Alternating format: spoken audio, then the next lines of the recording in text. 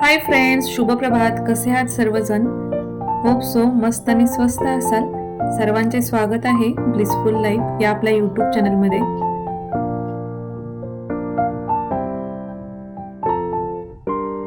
मागच्या ब्लॉगमध्ये मी तुम्हाला बोलले होते की आई वडील खूप वर्षांनी, म्हणजे आई तर माझी 10 वर्षांनी साताऱ्यामध्ये आली होती, तेव्हा मला ब्लॉग अपलोड करता नाही आले. कारण मी जर ब्लॉग अपलोड किंवा एडिटिंग करत बसले असते, त्यामध्ये वेळ घालवला असतं तर सगळी कामं माझी आईनंच केली असती घरातली. तिला काही शांत बसवलं नसतं. आणि ते आता चालले होते गावी 4-5 दिवसानंतर. नाना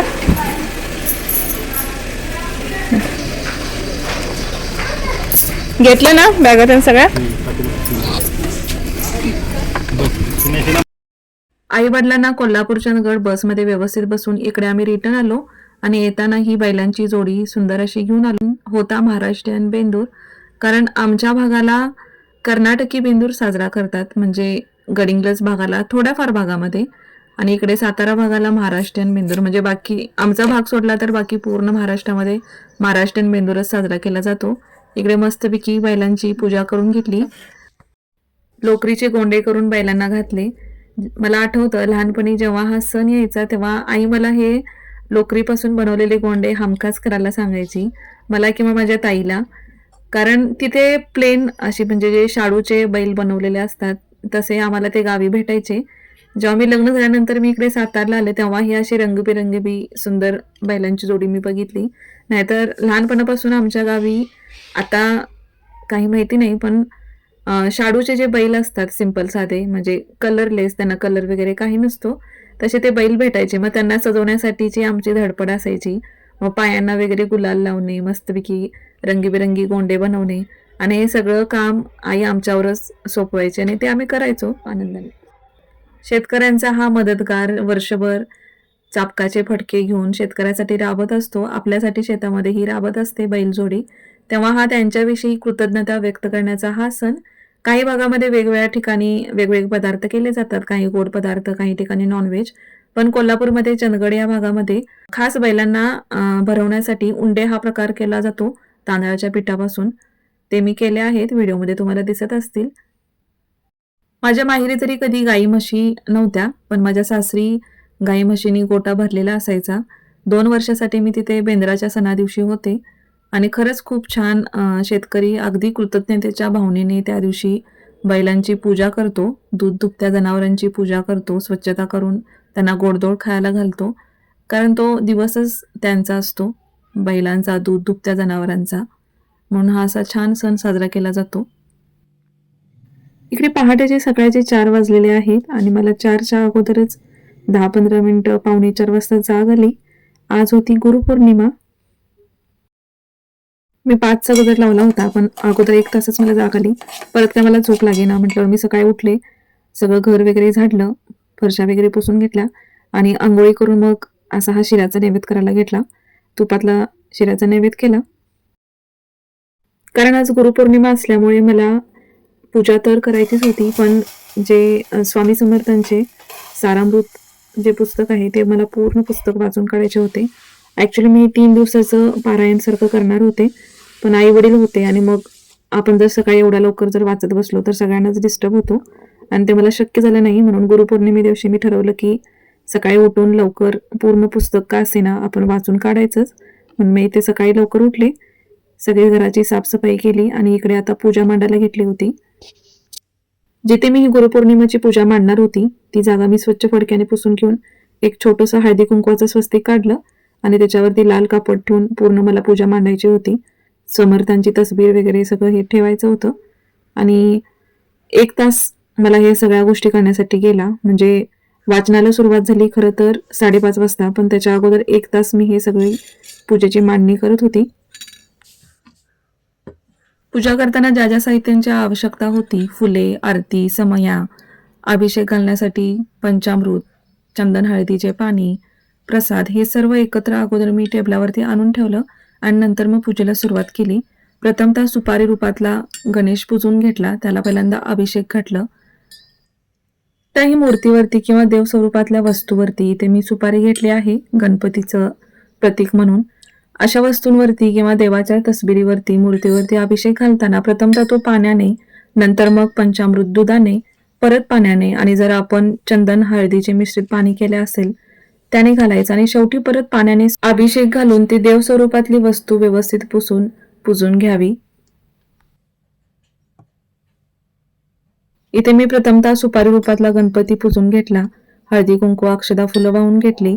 आता जी तुम्हाला दुसरी ही सुपारी दिसते ते आहेत माझे स्वामी समर्थ. म्हणजे स्वामी समर्थांची मूर्ती माझ्याकडे नाहीये आणि मी ती अजून का घेतली नाही तर मला ती अक्कलकोट वरूनच आणायची आहे.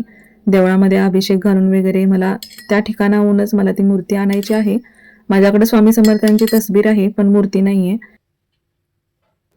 जेव्हा माझ्याकडं स्वामी समर्थांची तसबीर सुद्धा नव्हती तेव्हा मी ही अशी स्वामी रूपातली छोटीशी सुपारी तेव्हापासून जवळजवळ 2 वर्ष झालं मी पुजते. इथे मी प्रथमतः गणेश पूजन, स्वामी रूपातली जी मी सुपारी मांडते स्वामींचं प्रतीक म्हणून त्याचं पूजन करून घेतलं. स्वामीच्या तसबिरींची पूजा करून घेतली. हळदी कुंकू फुलं वाहून सर्व पूजा करून इथे मी वाचायला घेतलं स्वामी चरित्र सारामृत. अक्कलकोट निवासी पूर्णता अवतार दिगंबर यतीवर्य स्वामी राजाय नमः. मी जेव्हा स्वामी चरित्र सारामृत वाचण्यासाठी घेतलं होतं तेव्हा सकाळचे 5:30 वाजले होते आणि जर तुम्हाला एका दिवसात पूर्ण हे पुस्तक वाचायचं असेल तर जवळजवळ 2 तास लागतात 21 अध्याय पूर्ण करण्यासाठी. फक्त 21वा अध्याय गोड हा श्री स्वामी चरणापर्ण वस्तू शिवम भवतो समाप्त. आणि ते सकाळचे 7:30 वाजले होते आणि माझं स्वामी चरित्र सारामृत पुस्तक वाचून झालं होतं. आरती वगैरे सर्व काही करून झाले होते आणि मला खूप आनंद होत होता की हे कार्य माझ्या हातून निर्विघ्नपणे पार पडलं. खरे तर मला 3 दिवसांसाठी 7-7 अध्याय वाचून काढायचे होते पण ते मला काही शक्य झालं नाही. म्हणून मग गुरुपौर्णिमे दिवशी सकाळी सकाळी स्वामी चरित्र सारामृत वाचून घेतलं. याआधी मी हे पुस्तक जेव्हा माझ्या घराची वास्तुशांती होती मुंबईमध्ये माझ्या फ्लॅटची तेव्हा मी हे पुस्तक वाचून काढलं होतं ते कार्य. कारण तो माझ्या आयुष्यातला सगळ्यात मोठा कार्यक्रम फर्स्ट टाइम जो आम्ही अरेंज केला होता सर्वांसाठी आणि ते निर्विघ्नपणे कार्य पार पडावं म्हणून तेव्हाच माझ्या हातात ते पुस्तक आलं होतं. माझ्या ताईने दिलं होतं मला हे स्वामी चरित्र सारामृत. तेव्हा मी वास्तुशांतीच्या आधी स्वामी चरित्र सारामृत वाचून काढलं होतं, त्या पूजा केली होती. निर्विघ्नपणे व्यवस्थित पार पडलं. 21 अध्याय होते, 21 अध्याय वाचले गेले. आजची पूजा झाली, सारामृत झाला. सकाळी बरोबर 3:45 वाजता जाग आली होती आणि आता 7:30 वाजलेत. आता टिफिन वगैरे सगळा करून घ्यायचा मुलांचा आणि मस्त पूजा झाली. खूप छान पूजा झाली. खूप बरं वाटलं, मला समाधान वाटलं कारण मला ते पुस्तक आज वाचायचं होतं सारामृत. आणि हे आपले नेहमीचे रिच्युअल्स.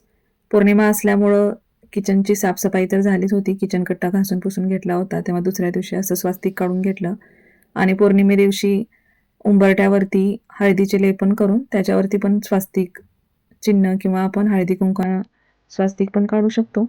इथे मी हळदी कुंकवानं पण काढलं होतं आणि रांगोळी पण स्वास्तिकची काढून घेतली.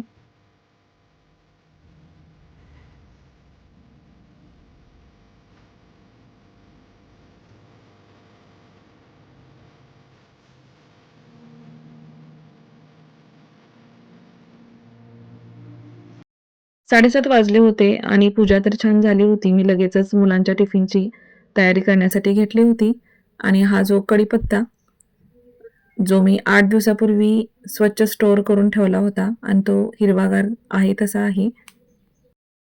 त्याला आता जवळजवळ 8 दिवस झाले असतील. 8 दिवसानंतर पण बघा किती छान फ्रेश आहेत ह्या. आणि आपण तसाच जर फ्रीजमध्ये ठेवल्या तर त्या लगेच खराब होऊन जातात शेवग्याच्या शेंगा.